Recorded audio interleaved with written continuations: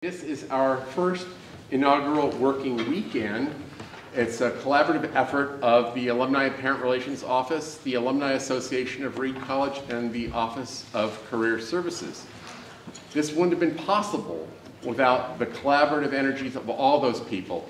In fact, the logistics for this event and collecting people's biographies and everything were done largely by our colleagues over in Career Services. So I want you to make sure to thank them when you see them around campus or even today. I mentioned it's a collaborative effort of a number of entities, and one of those is the Alumni Association, and the actual inspiration behind this was a champion, what we call a champion, an individual who stepped forward and says, I have an idea, I want to see something happen, here's what I'll propose, and I'll put some energy behind it, and a lot of energy he did indeed put behind it, and that's Adam Riggs. And I'd like to invite Adam to come up and say a few words about what his vision is for this weekend and what inspired him to get so involved in making this thing happen. So Adam, please come up here and...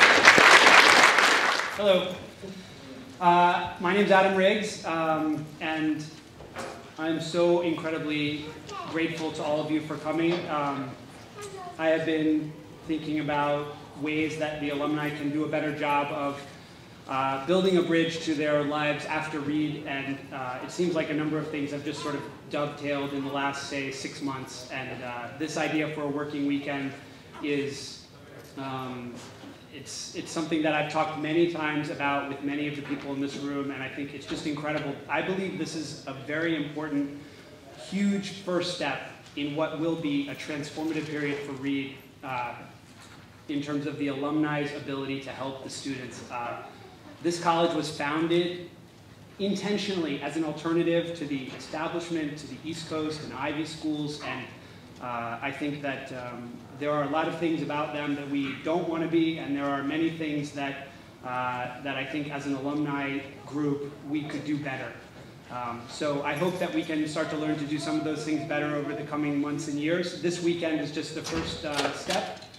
If you have feedback about things that you think went well or didn't go well, please make sure you come to me or Mike or Brooke or Ron or any of us, because we really want to make this as enjoyable as possible. We want to make it regular, a regular event. We hope it happens again, maybe in the fall or perhaps at this time next year. We want to attract as many people as possible back to campus so that they can really interact with students and share their areas of expertise, their experience, the paths they took, which are not always obvious. In fact, I'd say rarely are they obvious, whether we're going to turn left or right at a certain point in our careers. And we as alumni have gone through that.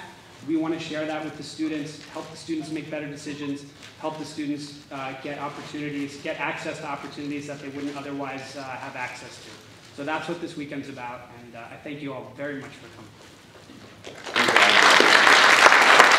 On behalf of the faculty, I've invited Pat McDougall, the acting dean, to come up and say a few words. So Pat, would you please? I'd like to echo Adam's words of thanks for spending the time and resources to come to a working weekend. I think due to the shared Reed experience that transcends generations, there's nothing better than having Reedies talk to Reedies, and I'm sure there'll be a lot of that happening this weekend. I think also as the college begins to develop its capacity to guide current students and recent alums into meaningful careers, the alumni are going to be very important partners in that endeavor.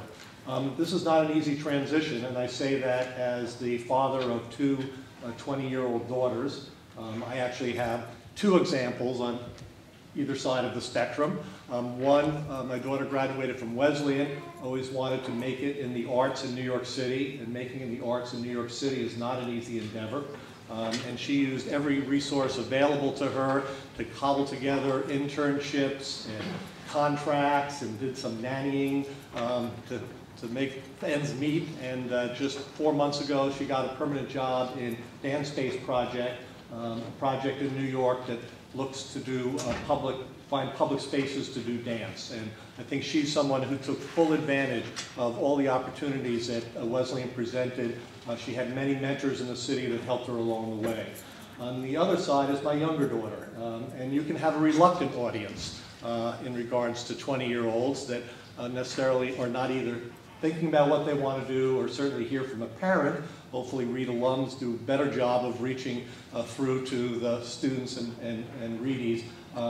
But she has eventually found her way on her own pretty much, but I think it might have been a lot easier if she had taken advantage of the resources that were available from her school when she graduated from Cornell. So I know they have plenty of resources, and she just chose not to use them. So I would urge students, this is a great opportunity as you test various types of things that you might do. The turning left, turning right, I think when my older daughter looks back on how she got her job, it would be hard to predict that it was this path that got her to a job that she truly loves. So anyway, have a great weekend, and again, thank you to particularly to the alums for coming back to Reed to help us with this. Thank you.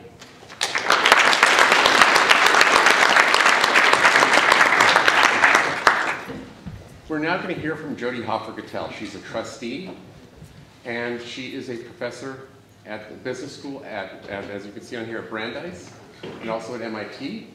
I had the pleasure of meeting Jody a number of years ago, where she did a video testimony on what Reed meant to her, and I've continued to follow her career. I've actually read her book, The Southwest Airlines Way. I find it very, very interesting. It's wonderful to see a Reedie's name being used actually in business schools, and it is used widely in business schools.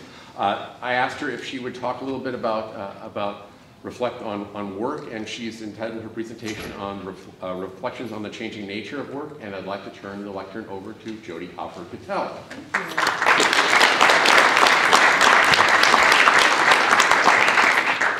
Thanks, Mike. It's an honor to be invited to be part of this great event, and I hope it's one of many that we do this working weekend every year. So I just wanted to start, I think the title sounds a lot more intellectual than the talk actually is, but I wanted to start by talking about the current context, and it is not new news to anyone here, and it's also not specific to the US, which is interesting. I've been traveling a lot around in Scandinavia and Europe and about to head to Australia, and everyone is feeling, a lot of parts of the world are feeling the same pressures that we are here.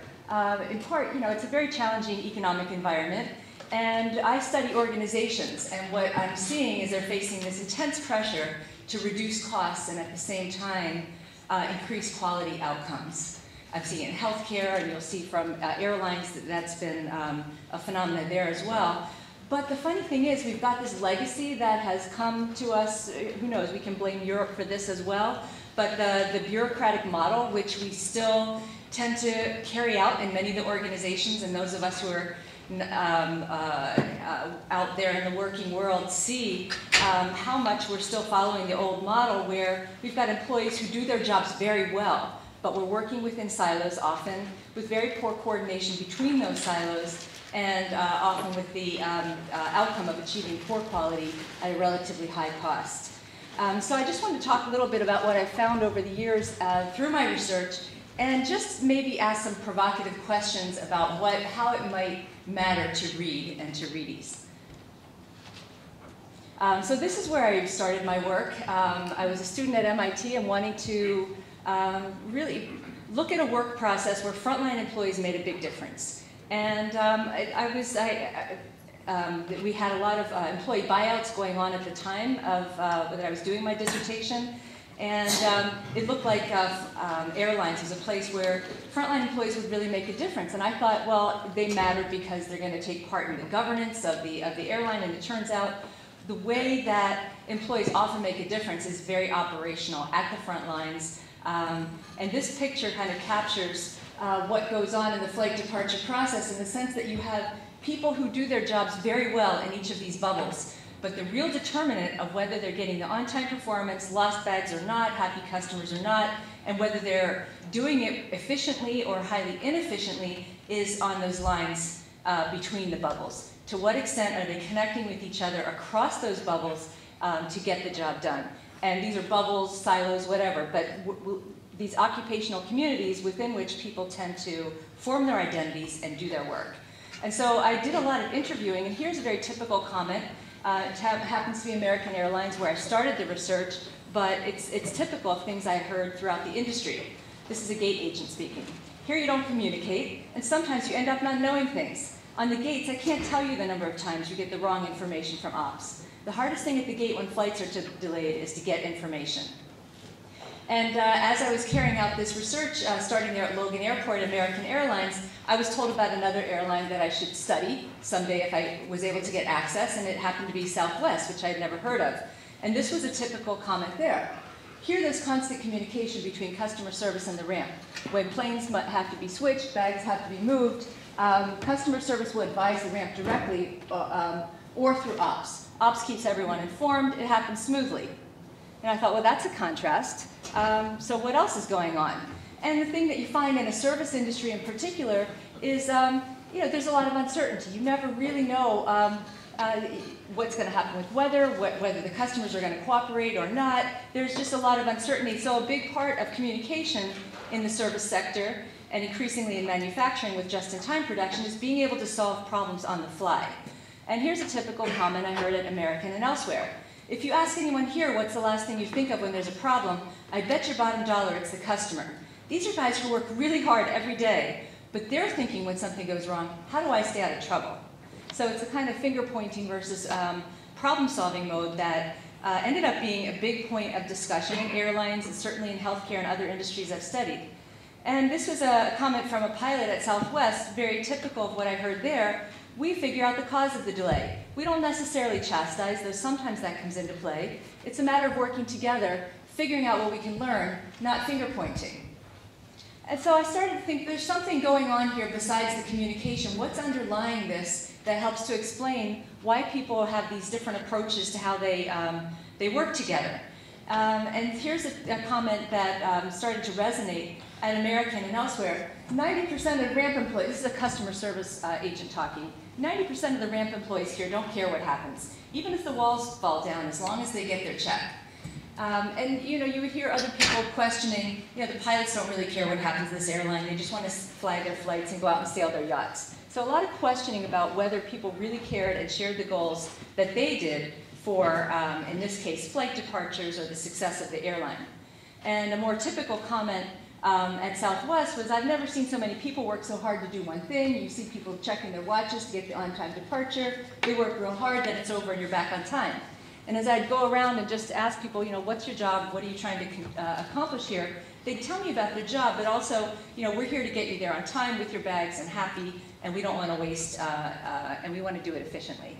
And so another piece of this was how people actually conceptualize their jobs. And so asking people, well, what is your job? You tend to get a story like, well, when the bell rings, I go out and I offload the bag, we unload the new bags, we come back and wait for the next bell. Very much cut and dry. They knew their job very well, and they could do it very well.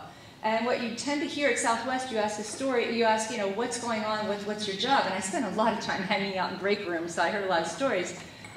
Well, when we load the bags, they have to be in this kind of configuration because it's easier for the downline station to offload them, and where they are really matters, and we have to document that and let the pilot know so the weight and balance informs the way the controls are set for takeoff and landing, and basically what we do is very important.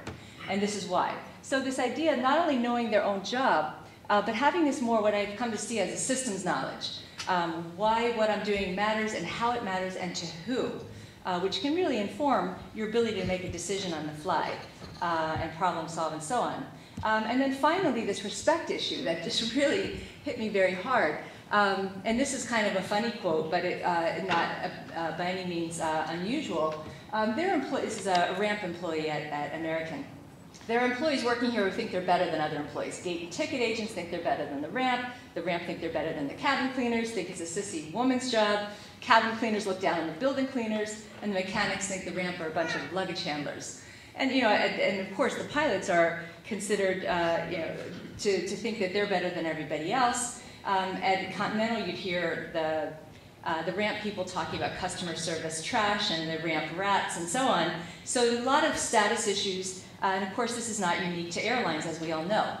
And then at Southwest, I think this was the piece of the construct that ended up being most distinctive. No one takes the job of another person for granted here. The sky cap is just as critical as the pilot. You can always count on the next guy standing here. No one department is any more important than another. So these were real differences that I saw And I started to think, because I'm just really theory